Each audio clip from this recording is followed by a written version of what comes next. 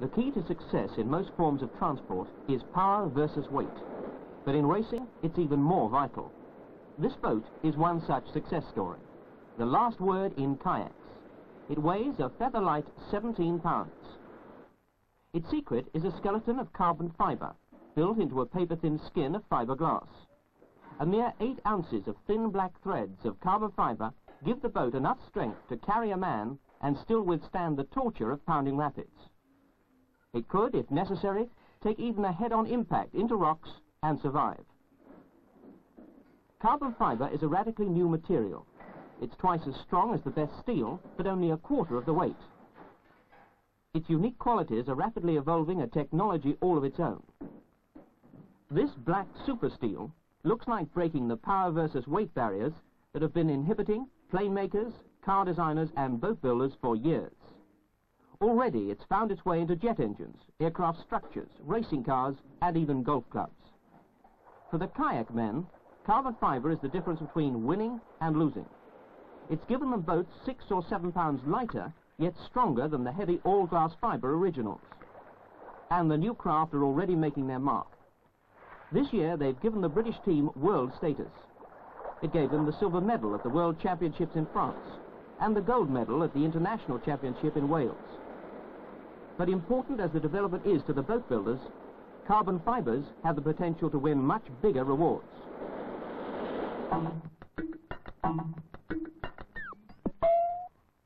I think it's pretty safe to assume that every minute of every day, someone, somewhere, is using something like this, a screwdriver. Joiners, builders, engineers, electricians, or do-it-yourself fanatics are joining 2 items together with a screw. One British factory alone produces over 100 million screws of 20,000 different varieties every week. Think of the man-hours absorbed by this one action. Now, if that could be automated, and that's just what's happening at this factory. The screw is propelled by air pressure into the screwdriver. As the screwdriver is pressed against the work, the bit engages the screw, driving it home. When the correct tension is reached, the clutch in the turbine reverses, the unit retracts, and is removed from the work. The cycle is started with the screw being automatically fed from a bowl to the feeder unit, and then onwards to the screwdriver.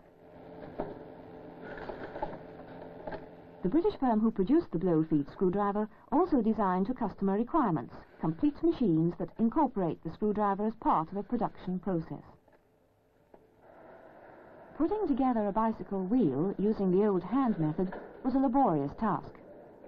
Automated, the assembler only has to hold the spoked hub and rim against the screwdriver head, and the screw is inserted quickly and to just the right tension.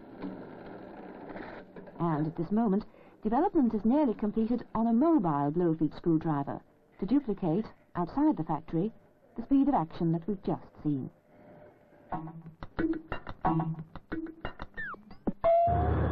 A small tank travelling over the kind of terrain that only a tank can travel over. Nothing so very unusual in that. Nevertheless, this tank is a very unusual vehicle. Its name is Scorpion. For a start, it's the fastest tank in the world. Travelling at 50 miles an hour, it's still got a bit to spare, some going for a tank. Basically, it's got the same engine in it as a Jaguar XJ6. Now, it's true that Jaguars, being what they are, a touch on the accelerator can leave Scorpions standing.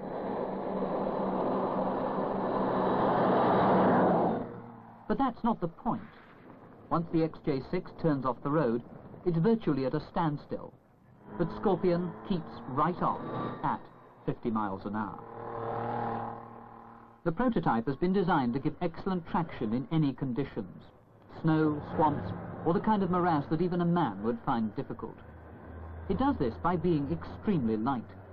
Since tanks are not noted for their lack of tonnage, this is a surprising feature, and one that makes it a very unusual vehicle indeed.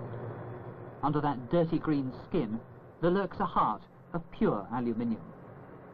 During the last 10 years, a lot of people have been experimenting with aluminium alloys for fighting vehicles.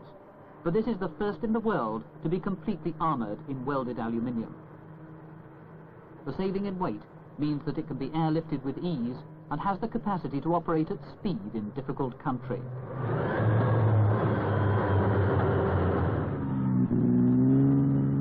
As an armoured vehicle designed for fast reconnaissance work, the Scorpion has quite a sting in its tail. A 76mm sting, to be precise.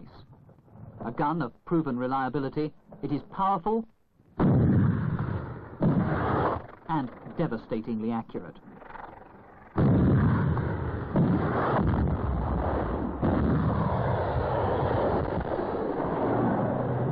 Paradoxically, the weight saving in Scorpion doesn't come from the fact that aluminium is 3 times lighter than steel.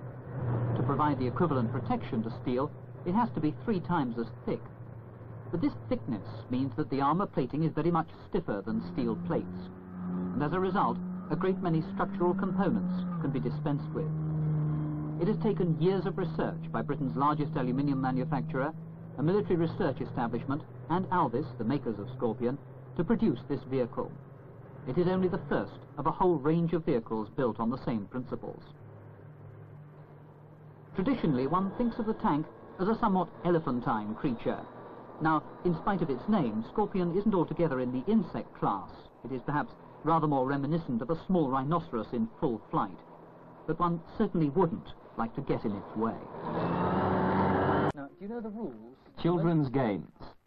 Today, most parents realise how important these games can be in the child's development, stimulating their minds and encouraging them to reach their full potential. Find a place to put this card.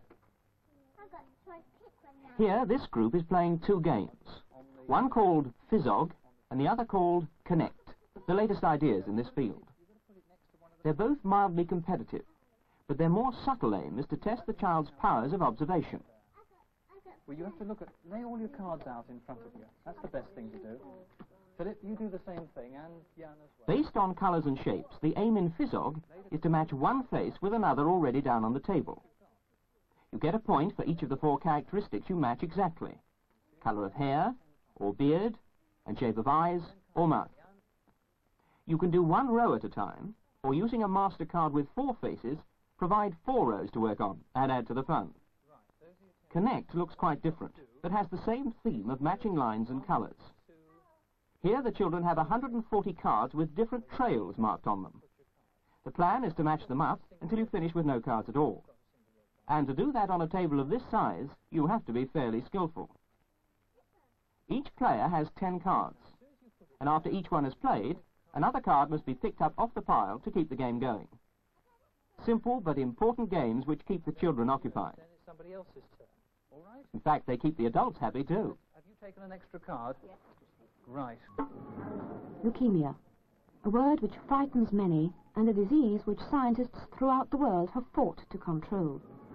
It'll be many years before medical science wins the war completely against leukemia. But here at the Royal Marsden Hospital in England, progress in childhood leukemia is being made, using bold, imaginative and intensive treatment. In a hospital that looks more like a hotel than a specialist hospital for cancer patients, the aim is to give back to the leukemic child a life that is normal, a life that can be lived without drugs. But the treatment is drastic. Here in this specialized ward, the patients are not only cut off from the outside world, but from everyone within the hospital too.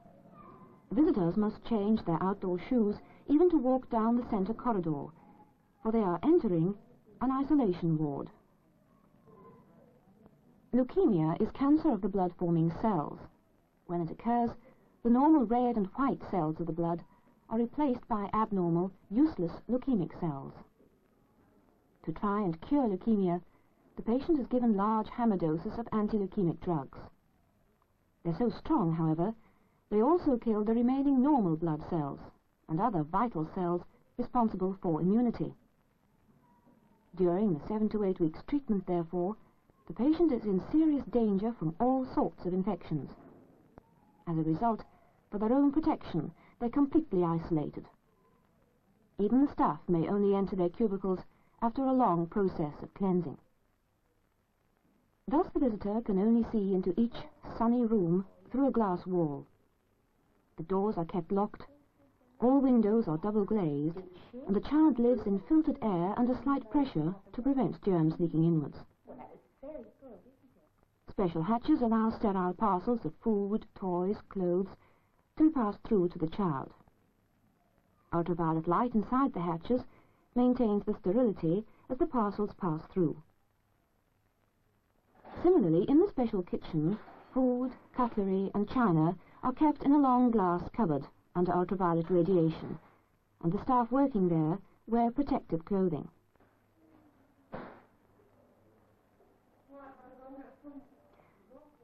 Eight weeks isolation is hard for child and parents, so nurses do their best to create a home-like atmosphere. Through the window, the child can watch TV or talk via a telephone or microphone system to visitors who can come at any time. Where's your other teddy bear then? Elsewhere, isolation takes a slightly different appearance, where older patients are kept in large plastic individual isolation tents. The nurses attend them by using the spacesuits in the side of the tent so that they can reach the patient without breaking the seal. Thus, efficient bacteriological isolation makes possible the most thoroughgoing attack yet on leukemia. This is backed up finally by a vaccine, which helps the child's body kill off any remaining leukemic cells. So, Dr. Humphrey Kay, consultant clinical pathologist, although cautious, does believe that at last there is hope in the future.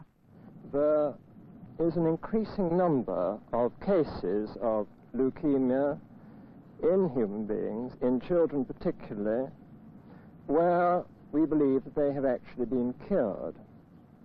It's very difficult to say this for certain because these treatments have not been going very long, and it's going to take 5, 10 years before we can achieve any sort of certainty as to whether this is a good treatment or not, what proportion of cases we're going to cure.